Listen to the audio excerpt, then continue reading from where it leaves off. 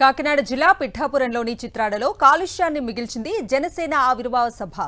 సభ తర్వాత ప్రాంగణాన్ని శుద్ధి చేస్తామని మంత్రి నాదెండ్ల మనోహర్ ప్రకటించారు. శుద్ధి చేసేందుకు కాకినాడ ఎంపీ ఉదయ్ శ్రీనివాస్ ఆధ్వర్యంలో కమిటీని ఏర్పాటు చేసినట్లు వెల్లడించారు. సభ మరుసటి రోజు సభా ప్రాంగణాన్ని శుద్ధి చేస్తున్నట్లు ఫోటోలకు ఫోజులిచ్చి వెళ్లిపోయారు జనసేన నేతలు. పవన్ సొంత శాఖలోని ఉపాధి హామీ కూలీలతో చెత్త ఏరించారు జనసేన నేతలు.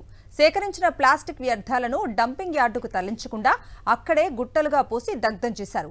ప్లాస్టిక్ వ్యర్థాలకు మంట పెట్టడంతో కాలుష్యం వెలువడింది. ఇప్పటికే అనేక చోట్ల ఆవిర్భావ సభ ఫ్లెక్సీలు, స్వాగత ఆర్చ్లు తొలగించలేదు. ఇదే అంశానికి సంబంధించిన పూర్తి అప్డేట్స్ మా ప్రతినిధి రాజును అడిగి తెలుసుకుందాం. రాజు, కవిత, ఈ నెల 14వ తేదీన పిఠాపురంలోని చిత్రరోడ్డు వద్ద జనసేన 12వ ఆవిర్భావ సభ జరిగింది. ఒక ప్రైవేట్ లేఅవుట్ స్థలంలో ఈ సభను నిర్వహించడం జరిగింది.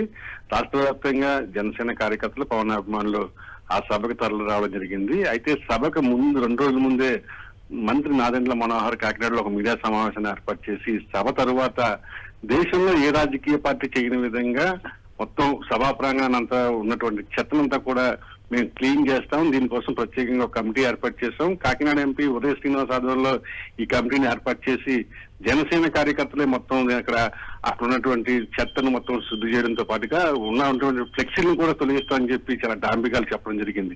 సభ జరిగిన రోజున కూడా అదే విషయాన్ని ప్రస్తావించారు. పవన్ కళ్యాణ్ ఈ విషయాన్ని ఆదేశించారు. ఖచ్చితంగా ప్రతి సైనికులు కూడా సభానంతరం ఖచ్చితంగా వచ్చి మీరంతా కూడా శుద్ధి చేయాలి ఇక్కడ అని చెప్పి చెప్పడం జరిగింది.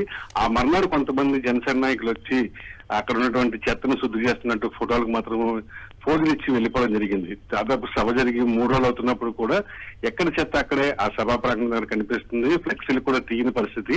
అయితే మరొక విషయం ఏంటంటే ఈ చెత్తను తొలగించేందుకు కేవలం పవన్ కళ్యాణ్ సంబంధించినటువంటి సొంత పంచాయతీరాజ్ శాఖలకు సంబంధించినటువంటి ఎవరైతే ఉపాధి హామీ కూలీలు ఉన్నారో ఆ హామీ కూలీలను తీసుకొచ్చి మొత్తం అంతా కూడా చెత్తను సేకరించారు. సేకరించినటువంటి చెత్తను ఒక చోట గుట్టలుగా పోసారు. దాంట్లో ఈ ప్లాస్టిక్ సంబంధించి వాటర్ ప్యాకెట్లు, అదేవిధంగా మజ్జిగ ప్యాకెట్లు, వాటర్ బాటిల్ కూడా ఉండడం జరిగింది. దీనంతటి కూడా యాక్చువల్ గా డంపింగ్ యార్డ్ తరలించి అక్కడ వాటిని డిస్మాండిల్ చేయాల్సి ఉంటుంది. కానీ అక్కడే గుట్టలుగా పోసి దానికి నిప్పంటించడంతో ఈ ప్లాస్టిక్ వ్యర్థాలు వీటి మంట అంటుకుని పెద్ద ఎత్తున రైట్ రాజు, థ్యాంక్ యూ.